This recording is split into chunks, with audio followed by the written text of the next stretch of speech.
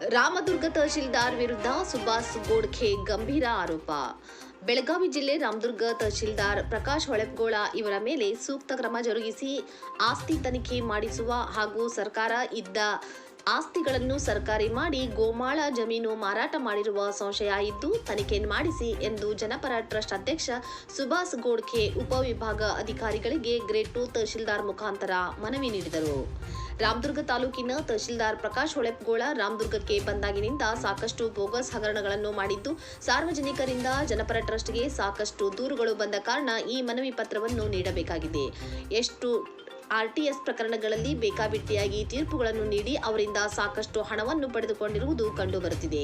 ಈ ಪ್ರತಿಭಟನೆ ಮಾಡುವ ಸಲುವಾಗಿ ಜನಪರ ಟ್ರಸ್ಟ್ನಿಂದ ಸುದ್ದಿವಾಹಿನಿಗಳಿಗೆ ಮುಂಚಿತವಾಗಿ ಸುದ್ದಿ ಮುಟ್ಟಿಸುವ ಸಲುವಾಗಿ ವರದಿಯನ್ನು ಕಳಿಸಿದಾಗ ಪ್ರಕಾಶ್ ಹೊಳೆಪ್ಗೋಳ್ ನನಗೆ ವಾಟ್ಸಪ್ ಮೂಲಕ ನೀವು ನನ್ನ ವಿರೋಧ ಏನಾದರೂ ದೂರುಗಳನ್ನು ನೀಡಿದರೆ ಪರಿಣಾಮ ನೆಟ್ಟಗಿರುವುದಿಲ್ಲ ಹಾಗೂ ನಿಮ್ಮ ಆರ್ಟಿಎಸ್ ಪ್ರಕರಣದಲ್ಲಿ ನಿಮ್ಮ ವಿರೋಧ ಆದೇಶ ಮಾಡಿರುವುದರಿಂದ ನನ್ನ ವಿರೋಧ ಪ್ರತಿಭಟನೆ ಮಾಡುತ್ತಿದ್ದೀರಿ. ಈ ಬ್ಲಾಕ್ ಮೇಲ್ ನನ್ನ ಮೇಲೆ ನಡೆಯುವುದಿಲ್ಲ, ಪರಿಣಾಮ ನೆಟ್ಟಗಿರುವುದಿಲ್ಲ ಎಂದು ನನಗೆ ವಾಟ್ಸಪ್ ಮೂಲಕ ಬೆದರಿಕೆಯನ್ನ ನೀಡಿದ್ದಾರೆ. ನಾನು ಸಾರ್ವಜನಿಕರ ಸೇವಕನಾಗಿದ್ದು ಕಂದಾಯ ಇಲಾಖೆಗೆ ಸಂಬಂಧಪಟ್ಟ ಹಾಗೆ ಸಾರ್ವಜನಿಕ ದೂರಿನ ಅನ್ವಯ ಪ್ರಕಾಶ್ ಹೊಳೆಪ್ಗೋಳ ಸಾಕಷ್ಟು ಆಸ್ತಿ ಗಳಿಸಿದ್ದು ಬೇನಾಮಿಯಾಗಿ ಬೇರೆಯವರ ಹೆಸರಿನಿಂದ ಆಸ್ತಿಗಳನ್ನ ಮಾಡಿದ್ದಾರೆ ಎಂದು ಗಂಭೀರ ಆರೋಪಿಸಿದ್ದಾರೆ. ಈ ಸಂದರ್ಭದಲ್ಲಿ ರಾಮದುರ್ಗ ತಹಶೀಲ್ದಾರ್ ಪ್ರಕಾಶ್ ಹೊಳೆಪ್ಗೋಳ ನಮ್ಮ ಸುದ್ದಿವಾಹಿನಿ ಪ್ರಶ್ನೆ ಮಾಡಿದಾಗ ವಿವರಣೆ ನೀಡಿದ್ದಾರೆ. ಯಾವ ಕಾರಣಕ್ಕಾಗಿ ಅಂತಲ್ಲ, ನನಗೆ ನಂದೇ ಆದಂಥ ಜನಪರ ಟ್ರಸ್ಟ್ ಒಂದು ಜನರೊಂದಿಗೆ ಬೆರೆತು ಒಂದು ಹೋರಾಟಕ್ಕೆ ಒಂದು ಪ್ರೇರಣೆ ನೀಡಿದಂಥ ಟ್ರಸ್ಟ್. ನಾನು ಯಾರ ಅಂಜಿಕೆಗೂ ಬಗ್ಗವನಲ್ಲ, ಯಾರ ಅಂಜಿಕೆಗೂ ಜಗ್ಗವನಲ್ಲ. ಯಾಕಂದರೆ ರಾಮದುರ್ಗ ತಾಲೂಕಿನಲ್ಲಿ ಏನೋ ಒಂದು ಈ ಭೂ ಕಬಳಿಕೆ ಆಗ್ತಾ ಇದೆ. ಅದೇ ರೀತಿ ಸರ್ಕಾರ ಇದ್ದದನ್ನು ಸರ್ಕಾರಿಯಾಗಿ ಏನೋ ಗೋಮಾಳ ಜಮೀನುಗಳನ್ನು ಮಾರಾಟ ಮಾಡ್ತಾ ಇದ್ದಾರೆ. ಒಂದಿಷ್ಟು ರಾಜಕಾರಣಿಗಳು ಕುತಂತ್ರದಿಂದ ಏನೋ ಒಂದು ಪ್ರಕಾಶ್ ಹೊಳೆಪ್ಗೋಳ ಇವರು ಈ ಪ್ರಕರಣದಲ್ಲಿ ಕೂಡ ಭಾಗಿಯಾದರೆ ಅಂತ ಹೇಳಿ ಎಷ್ಟೋ ಸಾರ್ವಜನಿಕ ದೂರುಗಳು ಬಂದ ಅನ್ವಯ, ಆಮೇಲೆ ಆರ್ಟಿಎಸ್ ಪ್ರಕರಣಗಳಲ್ಲಿ ಕೂಡ ಸಾರ್ವಜನಿಕರ ದೂರು ಬಂದಿದ್ದರಿಂದ ನಾನು ಸುದ್ದಿ ವಾಹಿನಿಗಳಿಗೆ ಒಂದು ನನ್ನ ವಾಟ್ಸಪ್ ಮೂಲಕ ಒಂದು ಪ್ರೆಸ್ ನೋಟನ್ನು ಕಳಿಸಿದ್ದೆ. ಯಾಕಂದರೆ ನನಗೆ ನಾಳೆ ಒಂದು ಸೋಮವಾರ ದಿನ ಒಂದು ಪ್ರತಿಭಟನೆ ಮಾಡಬೇಕಾಗಿದೆ. ಆ ಧರಣಿಯಲ್ಲಿ ನೀವು ನನ್ನ ಜೊತೆ ಒಂದು ಸ್ವಲ್ಪ ಸಾಥ್ ಕೊಡ್ರಿ, ಸಾರ್ವಜನಿಕರಿಗೆ ತೊಂದರೆ ಆಗಬಾರ್ದು ಅನ್ನೋ ಉದ್ದೇಶ ಇಟ್ಟುಕೊಂಡು ಒಂದು ಸುದ್ದಿವಾಹಿನಿಗೆ ಮುಟ್ಟಿಸಿದ್ದೆ. ಆ ಸುದ್ದಿವಾಹಿನಿಯ ಮುಖಾಂತರ ಮೇರ್ವಾನ್ ತಹಶೀಲ್ದಾರ್ ಸಾಹೇಬರು ರಾಮದುರ್ಗ ಇವರಿಗೆ ಪ್ರಕಾಶ್ ಹೊಳೆಪ್ಗೋಳ ಇವರಿಗೆ ಮಾಹಿತಿಯನ್ನು ಸೆಂಡ್ ಆಗಿದೆ. ಆ ಮಾಹಿತಿ ಸೆಂಡಿನ ಪ್ರಕಾರ ಅವರು ನನಗೊಂದು ಒಂದು ವರದಿಯನ್ನು ಕಳಿಸ್ತಾರೆ.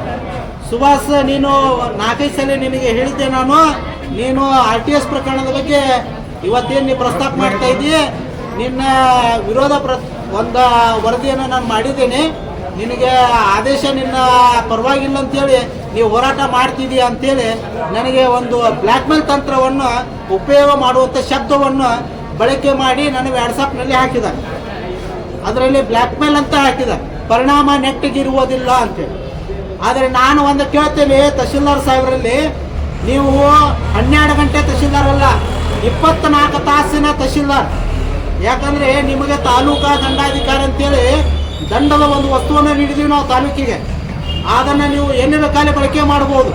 ಸುಭಾಸ್ ಗೋಡ್ಖೆಯನ್ನು ಕರೆದು ಪ್ರಶ್ನೆ ಮಾಡುವುದು, ನಿನ್ನ ಕೇಸ್ ಇದೆ, ನಿನ್ನ ವಕೀಲರ ಕರ್ಕೊಂಬ ಅಂತ ಹೇಳುವಂಥ ಹಕ್ಕು ನಿಮಗಿಲ್ಲ. ನನ್ನ ವಕೀಲರ ಜೊತೆ ನೀವು ಮಾತನಾಡುವ ಹಕ್ಕು ನಿಮಗಿದೆ. ಆದರೆ ನಿಮ್ಮ ತೀರ್ಪನ್ನು ನೀವು ಯಾವಾಗ ಬೇಕಾದ್ರೆ ಬದಲಿ ಮಾಡ್ಬೋದು, ಯಾವಾಗ ಬೇಕಾದ್ರೆ ಕೊಡ್ಬೋದು. ಕಾನೂನಾತ್ಮಕವಾಗಿ ಆಡಳಿತ ನಿಮ್ಮ ಕೈಯಲ್ಲಿದೆ, ಅದರ ಪ್ರಕಾರ ನೀವು ಮಾಡಬೇಕು. ಅದನ್ನು ಬಿಟ್ಟು ನನಗೆ ವಾಟ್ಸಪ್ ಮಾಡಿ ನನ್ನ ಜೀವದ ಭಯ ಬರುವ ಹಾಗೆ ನೀವು ವರ್ತನೆ ಮಾಡ್ತಾ ಇದ್ದೀರಿ. ಆಮೇಲೆ ರಾಮದುರ್ಗವನ್ನು ಲೂಟಿ ಮಾಡ್ತಾ ಇದ್ದೀರಿ ಅಂತೇಳಿ ನೇರವಾಗಿ ನಾನು ನಿಮಗೆ ಹೇಳೋಕ್ಕೆ ಇಚ್ಛೆ ಪಡ್ತೀನಿ. ಯಾಕಂದರೆ ನೀವು 2 ಕೋಟಿ ರೂಪಾಯಿ ಮನಿ ಎಲ್ಲಿಂದ ಕಟ್ಟಿದ್ರಿ? ತಹಶೀಲ್ದಾರ್ ಹೊಳೆಪ್ಗೋಳರೇ, 2 ಕೋಟಿ ರೂಪಾಯಿ ಮನಿ ಎಲ್ಲಿಂದ ಕಟ್ಟಿದ್ರಿ? ನೀವು ಜಮೀನನ್ನು ಎಲ್ಲಿಂದ ತಗೊಂಡ್ರಿ? ಎಷ್ಟು ಆಸ್ತಿಗಳನ್ನು ಮಾಡಿದ್ರಿ? ಎಲ್ಲ ನನ್ನ ಹತ್ತಿರ ಇದೆ ದಾಖಲೆಗಳನ್ನು.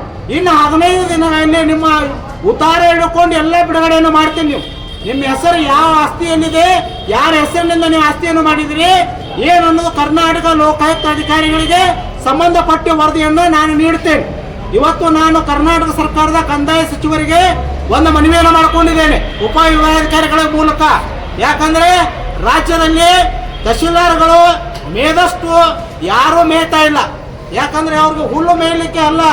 ಯಾಕಂದ್ರೆ ರೊಕ್ಕನೇ ಮೇಯ್ತಾ ಇದಾರ ಅವ್ರು.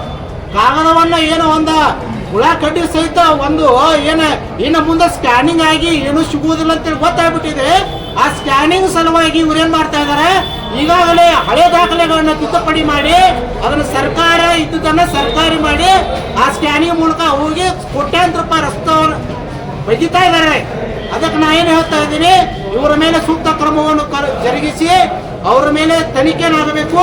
ಆಮೇಲೆ ನನ್ನ ಜೀವಕ್ಕೆ ಆಗಲಿ ನನ್ನ ಕುಟುಂಬಕ್ಕಾಗಿ ಏನಾದರೂ ತೊಂದರೆಗಳಾಗಿದ್ರೆ ನೇರ ಹೊಣೆಯನ್ನು ನಾನು ಮೇಲ್ಮಾ ತಹಶೀಲ್ದಾರ್ ಪ್ರಕಾಶ್ ಹೊಳಪ್ಗೋಳ್ ಅವ್ರ ಮೇಲೆ ಮಾಡ್ತೀನಿ ಅಂತೇಳಿ.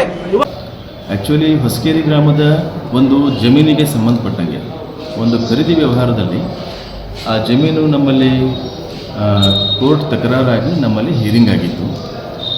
ಆ ಪ್ರಕರಣದೊಳಗೆ ಮ್ಯೂಟೇಷನ್ ಮಂಜೂರು ಮಾಡಿ ಕೊಡ್ರಿ ಅಂಥೇಳಿ ಅವ್ರ ಬೇಡಿಕೆ ಇತ್ತು. ಅವರಿಗೆ ನಾನು ಹೇಳಿದ್ದೆ, ಈ ಸದರಿ ಪ್ರಕರಣದೊಳಗೆ ಇನ್ನೊಂದು ಪಾರ್ಟಿ ಹೈಕೋರ್ಟ್ನಿಂದ ತಡೆಯಾಜ್ಞೆ ತಂದು ಹಾಜರುಪಡಿಸ್ಯಾರ.